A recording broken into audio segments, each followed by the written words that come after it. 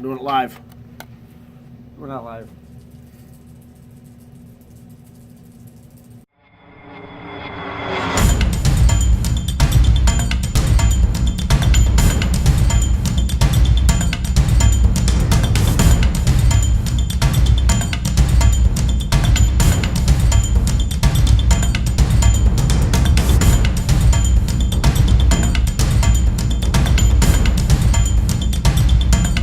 Oh, what's up, guys? It's Tim with Jakee, the Hello. crazy one. Why would you do that? We're here in the flesh, and we're live. Right now, we're At live. the store. Yeah, we're not live at all. But we're here to bring you guys a series of videos about the illustrious game of Warhammer 40K. This is in reference to 8th edition, which is The just best about 6 months edition old. ever. That's right. There are no flaws with this edition. Nope. And we're not going to talk about those unflaws in this series of videos. We're just going to break down how to play. And we're going to start this episode off with the things you need to play 8th edition.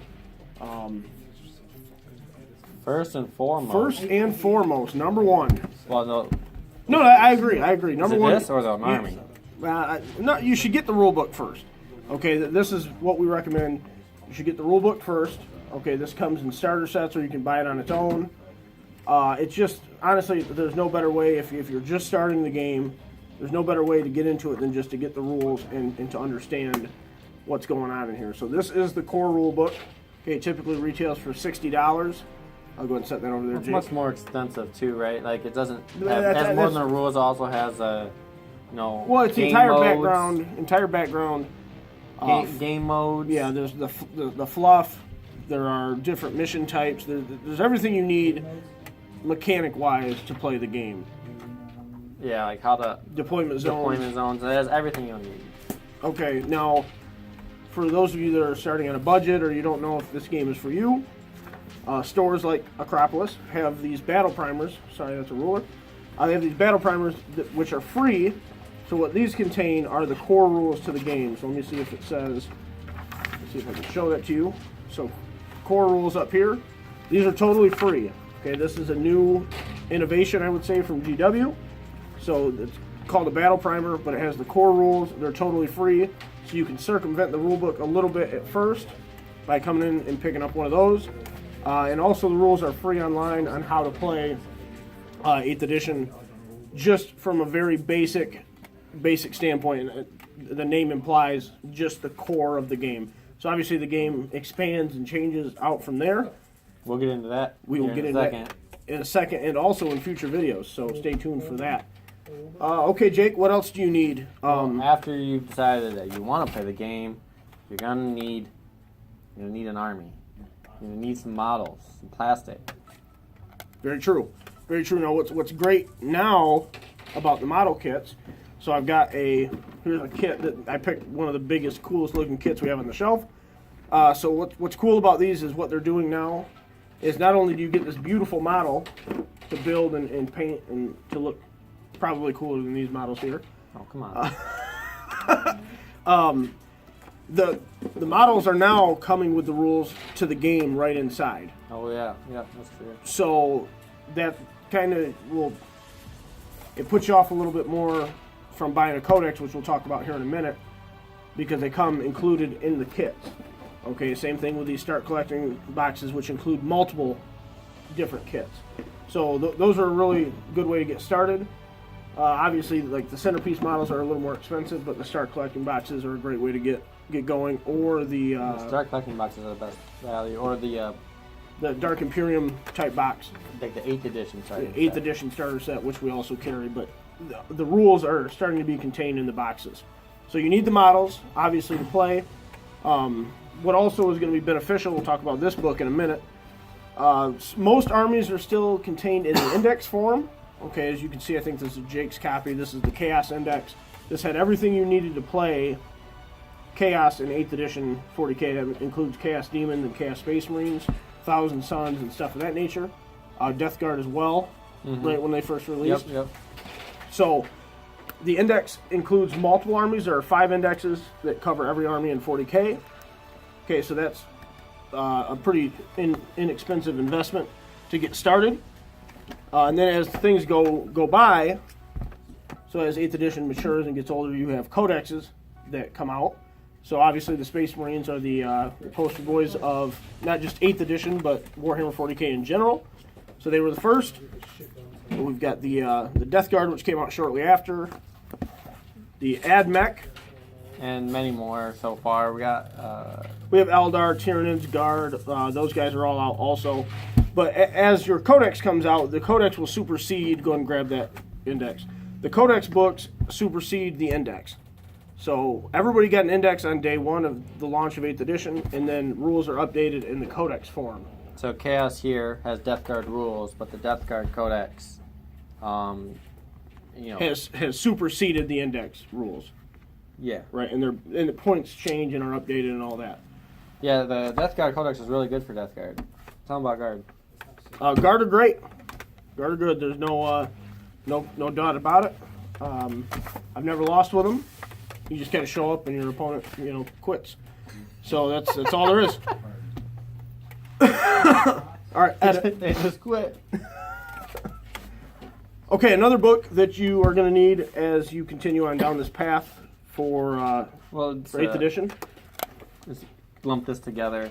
So since 8th edition's new, some of the rules need to be fleshed out, and some things are too broken or too weak. So they come out with erratas. Erratas and FAQs. So I grabbed the store stack of FAQs. Yeah, we print these out for people so they know. Now, and to be honest, when you're first starting, we have these available in store. But to be honest, when you're first starting, if you have the codex in your rule book, you're going to be able to play. Okay, and as you get further involved in the game, you'll learn about the FAQs and how they interact. Well, chapter 3 is like a giant FAQ, right? Kind of. The thing is, 8th edition, or the new edition of 40k, is a living edition in a lot of ways, as to where it's going to be continually updated, either via FAQ or chapter approved that comes out annually. Okay, so every year you're going to want to get your copy of chapter approved because it's got new points, costs, new game modes, new mission types. Yeah, it added more than just an FAQ. It added more ways to play the game. Right. And to be honest, there are some complaints about the FAQ system, but it is quite extensive. So this isn't even every FAQ that is out as of now, because a new one just came out the other day. So these are totally free also. The FAQs are free. Chapter Approved is a paid supplement, and it's necessary, but if you're just getting started, I wouldn't recommend it necessarily right off the bat unless you wanted to get it. You can play the game without chapter approved. So we wanted to touch on that and just tell you that is something that later on you'll want to have. Okay, so we covered the basics. We covered the basics of the things you need. The rules, the armies, And where those are found. Where those are found, the models. And then there are like the tactical. Here, well, let's talk about the things you definitely need. Okay, so you definitely need dice. Okay, everything corresponds to a D6, which is what these are. Everything corresponds to a D6 in 40K. You shouldn't need any other dice type other than D6s. Too nice. You might need a D12 or D20 to mark wounds if you want, but that's not a requirement. You will need a tape measure. Okay, everything has a designated number of inches that it can move and shoot, or attack and melee as well. There are things that there are supplemental things that we sell that are quite handy. Like this is a 6-inch edge, 3-inch edge, and a 2-inch edge all in one. Yep. So this is our movement template, and then this includes other measurements that are important. We'll get to that in other videos about the movement phase and all that. But these do come very much in handy. Got a 9-inch ruler as well. Again, that's something we'll cover more in depth as we get further into these videos. But these are great for when you deep strike units and place new units on the battlefield. There's a lot of rules that say they need to be 9 inches away, so we offer this 9-inch ruler here. That obviously, if you're on one side of the 9 inches, you're more than 9 inches away. Every game type essentially has almost every game type has objective markers that your army is going to need to control throughout the game. If you choose to play that way, there are different modes of play, but typically you will play with objectives, and we have those also. Acropolis And those kind of objective enhance markers. the game, so it's not just like you're killing each other. It Whoever adds kills more the most depth. It adds wins. more depth to the game for sure. I would say more fun as well. Yeah, I Like, agree. It gets pretty bland when you're just playing just to kill each other. So Yeah. when there's actually objectives to do, and it feels like you're doing something even when you're losing. Right. Which you might not be losing because of these. Like you might Right. feel like you're losing. They make it so the game is more than just about blowing other things up. Yeah. So those are, with the exclusion of the dice and the tape measure, these things are supplemental. They aren't necessary, but we do find they come very much in handy in our games. Also, something that's not required to play, but something you might want to pick up for ease of play. They kind of go along with objective markers and Yep. and different game styles. They're tactical objectives. Yep. So the tactical objectives are there's a game type called the Maelstrom, or Maelstrom war missions in the main rulebook that require a deck of cards. Okay, so you draw these cards and you have to score whatever the objective is, and that's how you gain your victory points. Okay, we also have data cards, which are army specific. So these are the Chaos Space Marine data cards. These include unique tactical objective cards that we just showed, and they also have things that are pertinent to Chaos as a whole. So including their stratagems that are in their codex. Psychic powers. Yep, psychic powers, that kind of stuff. So it's so you can lay them out on the table when you're playing, and it makes it a lot easier to say, okay, this guy has this power. It's just a lot easier. You were going to say something about the Death Guard ones? Oh yeah, I was just gonna pull them out. Yeah, it shows you all the psychic powers you have, so it's like a quick reference rather than always opening your book. You don't got to flip through because you have the cards powers right right in here. front of you. You even have Smite, which is a universal psychic power, which we'll talk about in the psychic phase video. And what's really nice is it can also be used as like a marker. Like you cast it and then you set it down to the unit where you cast it as a reminder. It's just a gaming aid that's very beneficial, Yeah, in my opinion. Yeah, I've very much enjoyed. No negatives about buying these. Okay, and then do we have Open War out here? Yeah. Okay, so Open War is a tertiary way to play, I would say. It is not included in the main rulebook. The only way you can play Open War is if you have the Open War deck. So these include different scenarios. There's some number, like thousands of different combinations that you can draw from the Open War deck. So there's different deployments that aren't included in the rulebook. There's different victory conditions. There's secret objectives. There's all kinds of cool stuff. It's just really great if you want to sit down and start playing a game right away. That's all you really need is the Open War deck. So I would highly recommend those. It's a fun way to play too. You just start playing. Jake, what are we forgetting? What else do you need to play Warhammer 40K? Place to play. Place to play. Local games for the Acropolis has we're open tables. Yep, we're filming this at a Warhammer table. The thing you can see here is here, pull that up a little bit. This is a neoprene mat. Okay, it has this nice design on it. This is by no means required to play. We have our carpeted tables in here that are just regular surface. It adds a lot to have that thematic look. Mm-hmm. With the terrain and everything as well. Additionally, is terrain. Okay, we have Which tons does of add terrain that's elements free to to the play. game.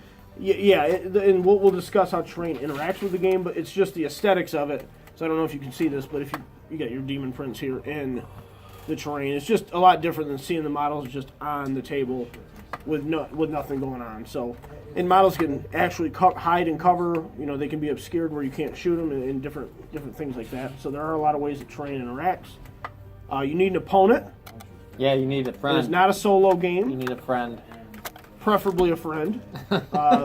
It's more beneficial to have a community of people that you can play with.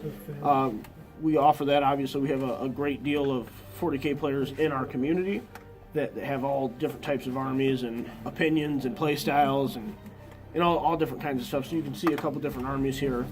What am I forgetting, Jake? I don't think we're forgetting anything. Oh, let's recap. You definitely need a rulebook, Rulebook, an army, an index for that army. index or codex. Dice, Dice are a necessity. and a tape measure. Tape measure in order to play. Now, you don't necessarily need a tape measure. You just, like, here's a ruler that came out when 8th edition launched. This was free. We gave them away to people. It's just a 12-inch ruler. Okay, you just put it down. You can move your models up to X amount of inches, or you can use this to find out if somebody's in range. It's just... I'd say tape measure is probably the safer. Tape measure is a lot easier because it's They're not all, very obviously... expensive. There's some things that are 48-inch range, and You never know. Right, 60-inch range, 72-inch range, different Yeah, kinds of... 72-inch range, whole board. Anyway. Yeah, or 240-inch range, like this guy right here. So. You can hit other games. You can, literally. We've done that. And we'll do it again. But yeah, those are probably the 5 absolutely necessary things Yep. you need. How about Desire, Jake? You need Desire to play 40K. I mean, I have the desire. I have a Yeah, what I mean by that, it's not burning a fire of game. desire. It's not typically a game that you just get into. It's not for the faint of heart. There are costs, Well- both time and financial costs associated with it. Something we forgot. The models don't come like this, obviously. You see that came in a box like that. So you need a cutting device to clip them out and glue. Right. So you'll need And we'll clippers and glue. we'll probably do a more specific video about How to build. materials you'll need to build your models and get them looking nice like these. But they do come unassembled, so you do have to assemble them to get them to this point. They're not required to be painted to play. They can be painted any color scheme that you want. They can be painted one color if you want. They are your models. When you're playing in just a normal setting, there's no requirement to have things painted or anything like that. So you feel free. But it's a really good opportunity to express yourself and come up with cool combinations as well. So keep that in mind. Let me ask, do you have the desire to play? I do have the desire to play. Okay. I love 40K. I'm hold you to that. I love it a lot. We're going to film a battle report tomorrow, so... We're going to play? Yep. With your guard? Yeah. Stop trolling me on this video. Okay, so this was the first of several videos. Probably over 10 parts is what it's looking like from our projections. So we're going to break down the entire game of 40K in 8th edition. We're going to show you how to move, how to shoot, how to do psychic powers, how to assault, how to build an army. We're going to do all these things for you, so just stay tuned. I'll probably link videos up in the corners at some point. Is there anything else you want to impart onto our viewers before we head out of here, Jake? If you have any questions, leave a comment or even come into the store. If you're close by, or call us. Everyone here will be glad to answer questions. More than happy to talk about 40K and get people involved. That's the thing that keeps the hobby going, is new players, new people getting involved. So we're really excited to be part of that. And more importantly, we're excited for Chapter Approved. This is the new boy on the block, and we're very happy about what it's done for 8th edition. And it's kept it moving, and it just shows that they are willing to keep the game improving. I think it's at all times. Some people are going to be really happy about the changes. Some are going to be unhappy. But I do think it's a good sign that they are paying attention and they're listening to feedback. And they're listening to feedback, and they're going to try to make this game fair and balanced for the remaining future of 8th edition. So, all right, guys. Well, thanks for watching, and stay tuned for more how to play videos for 40K. So we will see you in the future. Thanks, guys.